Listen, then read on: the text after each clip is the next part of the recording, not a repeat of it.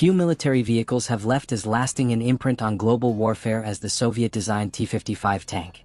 Introduced in the late 1950s as a successor to the T-54, the T-55 quickly became the backbone of Soviet and Warsaw Pact armored forces, and later one of the most widely exported tanks in history.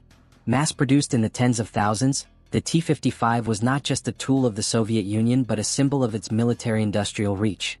By the time its production ended, the tank had been exported to over 50 countries, many of which continue to operate it today, more than 6 decades later.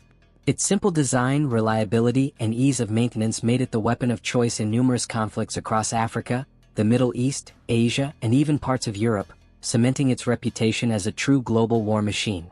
The T-55's global influence was perhaps most evident in the Middle East. During the Six-Day War in 1967 and the Yom Kippur War in 1973, Arab states including Egypt and Syria fielded large numbers of T-55s against Israeli forces.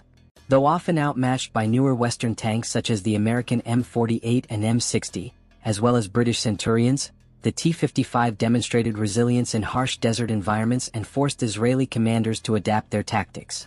In Africa, the T-55 became a fixture in Cold War proxy wars.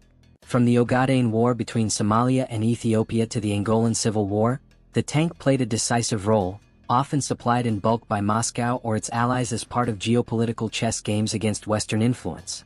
For many African armies, the T-55 was the first true main battle tank in their arsenals, altering the balance of power in regional conflicts. The tank's impact was not limited to state armies.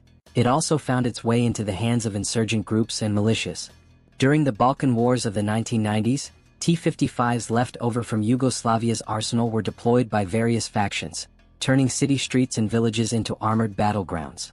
In the Middle East, groups in Lebanon, Iraq, and more recently Syria repurposed T-55s, sometimes modifying them with makeshift armor or converting them into artillery platforms.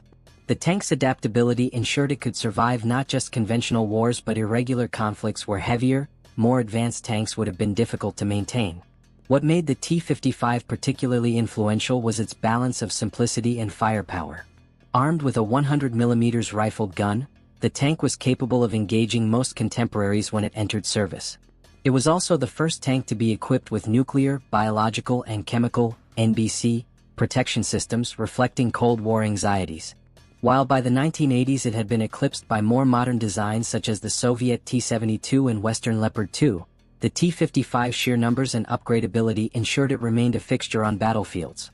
Countries like Poland, China, and Czechoslovakia not only operated the tank but also produced their own versions and upgrades, extending its global influence even further. Even in the 21st century, the T-55 has not disappeared. Nations with limited defense budgets continue to modernize the platform, equipping it with reactive armor, improved fire control systems, and even new engines.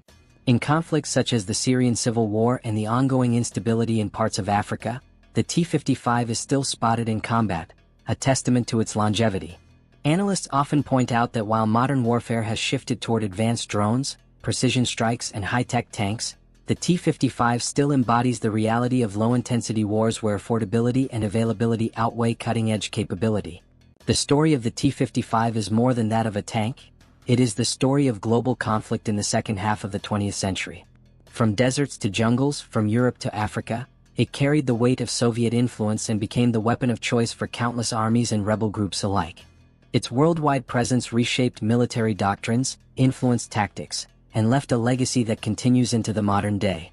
While history may eventually relegate the T-55 to museums, its role in shaping wars across continents has already ensured its place as one of the most iconic and consequential tanks ever built.